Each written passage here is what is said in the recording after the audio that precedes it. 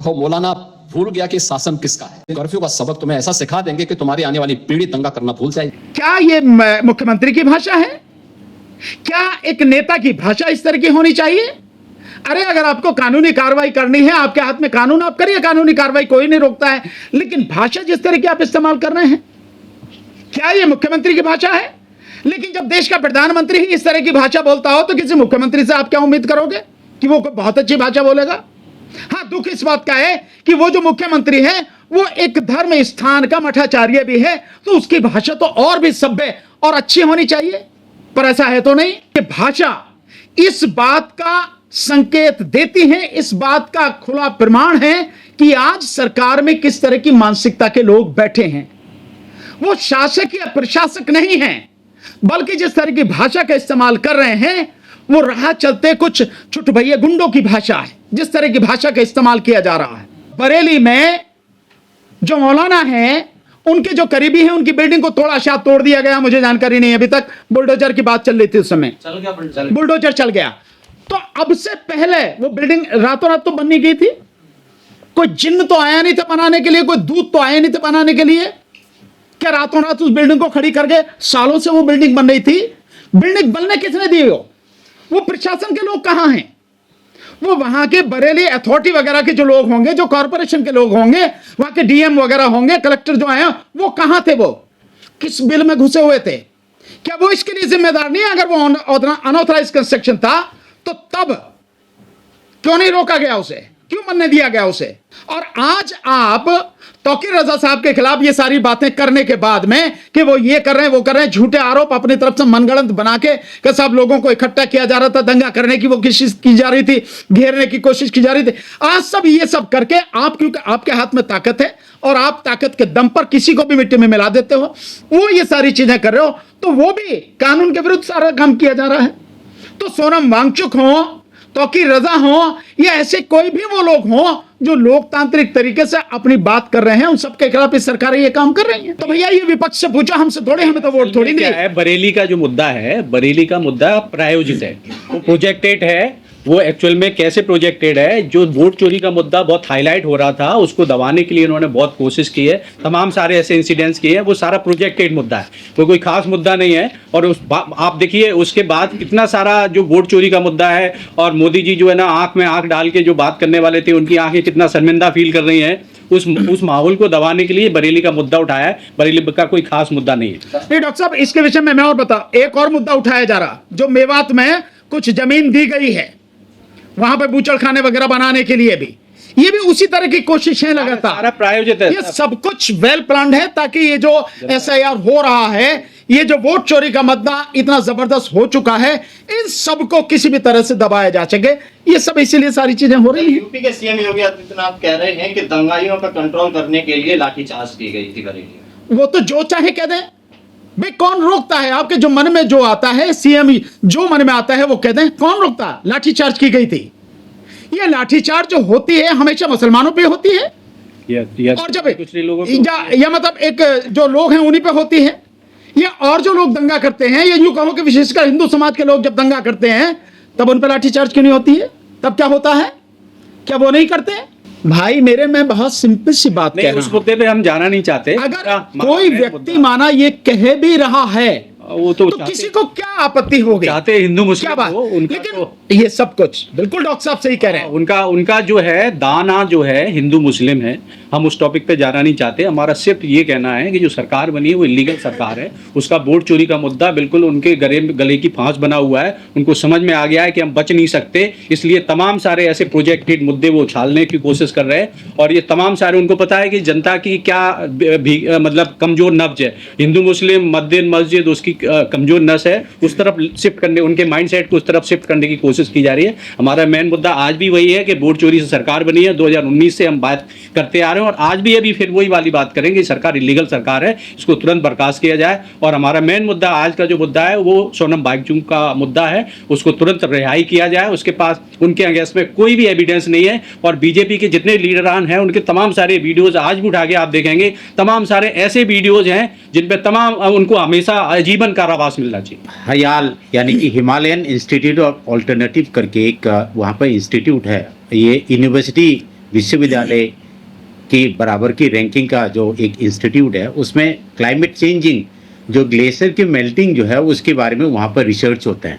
उस रिसर्च में जो है लगभग जो है जैसे जो हमारा जो पानी का जो रिजर्वेयर कैसे होना, क्योंकि वहाँ पर जो है पीने के पानी और जो एग्रीकल्चर लैंड पानी जो है वो बहुत डिफ़िकल्ट होता है सर्दी के मौसम में, क्योंकि जो पहाड़ जो है काफ़ी हाइट होता है उसका, और जो पानी की रिसोर्सेज जो है वहाँ पर नहीं होता है। तो आइस स्टूपा ये जो है एक उन्होंने पेटेंट किया हुआ है, और ये जो स्विट्ज़रलैंड और इटली और जैसे यूरोपियन कंट्री से उनको फंड भी आता है। इसे एक को रिलेटेड एक रिसर्च को इसमें जो है जो फंड आता है, तो ये किसी एफसीआरए से किसी उससे लेना देना नहीं है। एफसीआरए के जहाँ तक जो बात है, जो सीईओ जो डॉक्टर अंजलि आंगमो जो है वो उस इंस्टीट्यूट का सीईओ है, तो उनकी जो अकॉर्डिंग टू हर स्टेटमेंट उनका ये कहना है कि आईवी के लोग आकर के उनको धमकाया गया ताकि जो है आप जो है इसमें जो है आंदोलन न करें। आईवी के लोग आकर के उनको धमकाया गया कि आपको जो है अगर आप सोनम वांगचुक अगर आंदोलन करेंगे तो आपका एफसीआरए जो है कैंसिल कर देंगे। लेकिन उन्होंने साफ मना कर दिया, हमें एफसीआरए नहीं चाहिए, हम आपके जो है लाइसेंस जो इसको कैंसिल कर दो। तो जहाँ तक की बात है कि वहाँ पर जो गलत तरीके से जो प्रोपेगेंडा जो फैला रहे थे, ये बहुत दुर्भाग्यपूर्ण है। दूसरा चीज़ जो अभी जो पाकिस्तान गया था, ये पाकिस्तान में जो है एक हिंद कूच करके एक हिमालयन बेल्ट में जो अफ़गानिस्तान से लेकर के नेपाल जो उसके बाद भूटान, ये यहाँ की जो है इस बेल्ट के जो हिमालयन बेल्ट के जो 8 कंट्री का एक ऑर्गेनाइजेशन है, उसमें ये रिसर्च होता है कि हिमालयन की जो पहाड़ जो है मेल्टिंग होने से क्या परेशानी, ह्यूमन डिजास्टर क्या आएगा, ये उसकी रिसर्च होता है। उसकी एनुअल कॉन्फ्रेंस था जो पाकिस्तान में, वो टर्न इस बार जो है पाकिस्तान में टर्न था। जैसे हमारे इंडिया में इस बार जो G20 का जो टर्न जो हुआ था, ये किसी भी कंट्री में हो सकता है, अगले बार जो है इंडिया में भारत में हो सकता है, वो पाकिस्तान में इस बार उनके जो टर्न था। तो उसमें जो है भारत सरकार की MHO ने जो है मिनिस्टर ऑफ होम अफेयर्स ने उनको वीज़ा दिया है बाकायदा। दूसरा जो उसमें जो जितनी आरोप जो लगाया गया है ये बिल्कुल निराधार है, और उसमें जो 4 जो निहत्थे लोग जो मरे थे उसमें तो एक बिल्कुल कॉलेज में जो कॉलेज के स्टूडेंट्स है, उसकी माँ जो है यानी कि पैरालाइज है, उसकी और कोई नेक्स्ट ऑफ किन नहीं है। उनके फादर जो है 3-4 साल पहले उनके गुजर चुके थे, और एक तो जो है लद्दाख स्क्वाड में करीब 22 साल जो है उन्होंने सेवा दे चुके, आर्मी का हवलदार थे वो, और उन्होंने कारगिल की लड़ाई भी लड़ी, और उनका बाप भी, उनके पिताजी जो है वो भी लद्दाख स्क्वाड में सूबेदार मेजर के रैंक में सर्विस किया हुआ, अभी रिटायर्ड है। तो उस फौजी को जो जिस तरीके से मारा था, जो कोल्ड ब्लड मर्डर जिसको कहा जाता है, उसको मार पीट करके नाले में फेंक करके उसके ऊपर बंदूक की गोली चलाई गई, ये बहुत दुर्भाग्यपूर्ण है। अभी जो गिरफ्तारी हुई है एक साइंटिफिक टेम्पर के व्यक्ति हैं जो बहुत ही हमारे देश के लिए और इवन कुछ समय पहले मोदी सरकार के लिए बहुत बड़ा अचीवमेंट बने हुए थे। उनको हाल ही के दिनों में कुछ खास वजह से उनको अरेस्ट किया गया है, और उनके अरेस्ट का कारण सिर्फ ये नहीं है कि वो जो है एक आंदोलन कर रहे थे, और उनका असल में जो गिरफ्तारी का कारण सिर्फ ये है कि जो मोदी की सरकार की जो पॉलिसीज़ हैं, उन पॉलिसीज़ को उजागर करके उन्होंने ये एहसास कराया जनता को, खासकर लद्दाख की जनता को, और ये मैसेज ऑल ओवर इंडिया और इवन वर्ल्ड वाइड ये मैसेज देने की कोशिश की कि ये जो कार्यक्रम है, इस कार्यक्रम को हम इससे इन्वायरमेंटल और वहाँ की जो लोकल पॉपुलेशन है उस पर उसके बैड इफेक्ट होंगे, इसलिए इसको हम इस मोदी सरकार के जो पॉलिसीज़ है उन पॉलिसीज़ को हम इम्प्लीमेंट नहीं होने देंगे।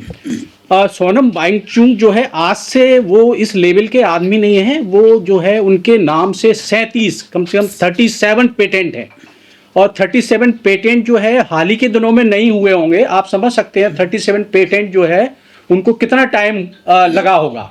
अगर हम ये देखें कि अगर वो किसी पॉलिटिकल या किसी कंट्री के एजेंट हैं, तो आप देखते हैं 37 पेटेंट लेने के बाद इतने सारे अवार्ड लेने के बीच में मोदी सरकार को नहीं पता लगा कि वो किसी कंट्री के एजेंट की तरह काम कर रहे हैं। तो वो मोदी सरकार कैसे काम करती है आप सारे लोग बहुत अच्छे से जानते हैं, आप मीडिया के साथी तो बहुत अच्छे से जानते हैं। और आप ये देखें देश में बहुत सारी जागरूक जनता है जो वो भी बहुत अच्छे से जानती है कि मोदी सरकार किस तरीके से काम करती है। मोदी सरकार के एजेंडे या उनके प्रोपेगेंडा के साथ अगर कोई काम करता है तो वेल एंड गुड, वो अवॉर्डेड है, और उनके अगेंस्ट में, उनकी पॉलिसी के अगेंस्ट में कोई बात करता है तो वो देशद्रोही है। और ये सारी चीज़ों को देखते हुए देखिए, आप देखिए, और कितने सारे साइंटिस्ट हैं जो किसी भी कंट्री के लिए काम करते हैं। आप ये देखिए, वहाँ की सिर्फ और सिर्फ पॉपुलेशन के लिए वो लोग काम नहीं कर रहे थे। जैसा कि वकील साहब ने बताया कि वहाँ की आर्मी को इतना प्रॉब्लम होता था, -14 डिग्री टेम्परेचर में वहाँ की आर्मी को रहना होता था, वहाँ के पब्लिक को रहना होता था, तो उन्होंने एक सोलर टेंट बनाया। कितना इंपॉर्टेंट चीज है जो -14 डिग्री टेम्परेचर में आदमी कितनी 40 हाँ -40 टेम्परेचर में एक आदमी कैसे सरवाइव करेगा, उसको कितनी सारी फ्रॉस्ट बाइट और कितनी सारी ऐसी डिजीज होती है जिससे वो सफर करता है, उसको स्टडी करते हुए उन्होंने सरकार का साथ लेते हुए, ऐसा नहीं है कि उन्होंने अपनी दम पे किया, तमाम सरकारें जो पहले भी रही होंगी और अभी प्रेजेंट में सरकार है ना, उस वक्त तक उनको सपोर्ट भी किया। उन्होंने इतना बड़ा टेंट बनाया जिससे उनको सोलर एनर्जी मिला, लाइट की फैसिलिटी मिली, और एक जैसे बताया कि वो आइस स्तूपा बनाते हैं। आइस स्तूपा एक इतनी, देखो, पानी और बिजली और ये दो इतनी इंपॉर्टेंट चीज होती है ह्यूमन सर्वाइवल के लिए। उन्होंने पानी का इतना बड़ा स्रोत बनाया, बहुत बड़े बड़े स्तूप, बहुत बड़े बड़े पिरामिड बनाए, और गर्मियों के दिनों में जो पानी की बेसिक रिक्वायरमेंट होती है उसको फिलफिल करने के लिए उन्होंने बहुत सारी ऐसी एक्टिविटी, 37 जो अचीवमेंट है उनका ऐसे अचीवमेंट नहीं है। और इसके लिए हमारे को और हमारे देश के तमाम यूथ को और जितने जागरूक जनता हैं उन सबको उनके रिहाई के लिए आंदोलन में शरीक होना चाहिए। हम सरकार से तो ज़्यादा उम्मीद नहीं कर सकते कि सरकार उनके लिए कुछ करेगी, लेकिन हमें आंदोलन को ध्यान में रखते हुए शांतिपूर्ण ढंग से इस आंदोलन को आगे बढ़ाते हुए और उनकी रिहाई के लिए, सबसे पहले तो उनकी रिहाई के लिए कोशिश करना चाहिए। और अगर रिहाई नहीं करती है, क्योंकि सरकार, मुझे नहीं लगता कि उनको इतनी जल्दी रिहाई करेगी, क्योंकि उनसे बहुत डरी हुई है जनता। आप देखते हैं उनके डरने का मुख्य कारण क्या है, जनता का मोदी सरकार का डरने का मुख्य कारण है। इससे पहले देखिए बांग्लादेश हुआ, बांग्लादेश के बाद श्रीलंका हुआ, श्रीलंका के बाद नेपाल हुआ, और नेपाल होने के बाद, नेपाल इतना नियर कंट्री है हमारा, और उसका इतना, उनके साथ इतने ऐसे वीडियोस हमारे पॉलिटिशियन ने देखे होंगे, तो उनको ऐसा इतना डर का एहसास हुआ। मोदी सरकार और मोदी के जितने मिनिस्टर हैं उनकी सिक्योरिटी को कितना इंप्रूव किया है आप देख सकते हैं। तो हमें लगता है वो डर की वजह से उनको गिरफ्तार किया है, और मुझे लगता है ये हमारे सारे पॉलिटिशियन इतने डरे हुए हैं, और मुझे लगता है इनका ये डरना बहुत अच्छा है हमारे लिए और सारे देश के लिए बहुत अच्छा है। और ऐसे जितने भी साइंटिफिक टेम्पर्ड के लोग हैं और जितने भी देश के लिए जो ईमानदारी से काम कर रहे लोग हैं, ये कभी डरने वाले लोग नहीं हैं। और जेल में जाएंगे, ज़्यादा से ज़्यादा क्या मारे जाएंगे, लेकिन ये परिवर्तनशील दुनिया है। एक क्रांतिकारी मारा जाता है या जेल में जाता है तो 100 क्रांतिकारी पैदा होते हैं। तो हमें मोदी सरकार से बिल्कुल उम्मीद नहीं है कि उनके साथ न्याय करेंगे। हम जनता से उम्मीद करते हैं कि उनके लिए साथ खड़े होना, उनको किसी लेवल पे भी उनके साथ खड़े होना है, और ऐसे लोग जो समाज और देश के लिए काम कर रहे हैं उनके साथ खड़े होने की हम उम्मीद और अपील करते हैं। Thank you. मैं एक टेक्निकल चीज़ें जो है मैं भूल गया था, इसको एज ए सप्लीमेंट अब लेना। ये आर्टिकल 370 एब्रोगेशन के बाद कश्मीर में लद्दाख में जो है जो इंडस्ट्रियल पॉलिसी 2025 को इंट्रोड्यूस किया गया है, और उसका साथ साथ जो है अडानी का 3 अलग अलग कंपनियों के नाम से जो है 3 टेंडर जो है उधर आ रखे हैं। उसके बाद जो है टाटा के जो है टाटा पावर के जो है उसके बाद अडानी ग्रीन एनर्जी का 3 टेंडर वहाँ पर, और टाटा को मिलाकर के 6 टेंडर कुल मिलाकर के वहाँ पर आया हुआ है। ये है सबसे बड़ी खतरा जो उधर के लिए, जो लद्दाख के लिए। फिर बताता हूँ, इंडस्ट्रियल पॉलिसी 2025 वहाँ पर इंट्रोड्यूस किया गया है। लद्दाख के लोगों को अभी पछता रहा है कि हम जो है, जब आर्टिकल 370 जब जो थे तो उस ज़मीन को जो है वो प्रोटेक्शन मिलता था, तो शेड्यूल 6 अगर होता तो फिर उसको उस ज़मीन की जो है बचाव, जैसे आप समझे कि जो हमारे MCD दिल्ली में जैसे काम करते हैं, वहाँ की लोकल पॉपुलेशन के हाथ में जो सेल्फ गवर्नेंस होता है, ये उत्तर पूर्वी भारत में असम, मेघालय, अरुणाचल प्रदेश और त्रिपुरा में आर्टिकल जो शेड्यूल 6 जो है, आर्टिकल 244 के तहत शेड्यूल 6 जो क्लोज 6 होता है उसी को बोलते हैं शेड्यूल 6। और सोनम वांगचुक के बारे में थोड़ा सा संक्षेप में आपको बता देता हूँ। सोनम वांगचुक लद्दाख में पैदा हुआ है, और इसकी पढ़ाई लिखाई जो है वहाँ एक मठ जो बौद्ध मत में शुरुआत हुआ था, उसमें एकेडमिक उतनी वहाँ पर हासिल नहीं हो रहा था, उसकी वजह से ये कारगिल चले गए थे। कारगिल के बाद ये श्रीनगर में उनकी जो इंजीनियरिंग का पढ़ाई हुआ, ये मैकेनिकल इंजीनियर है। उस समय पर जो है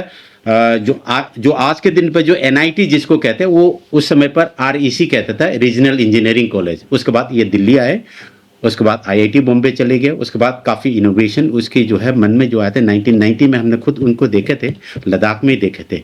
तो ये है मेरा सप्लीमेंट।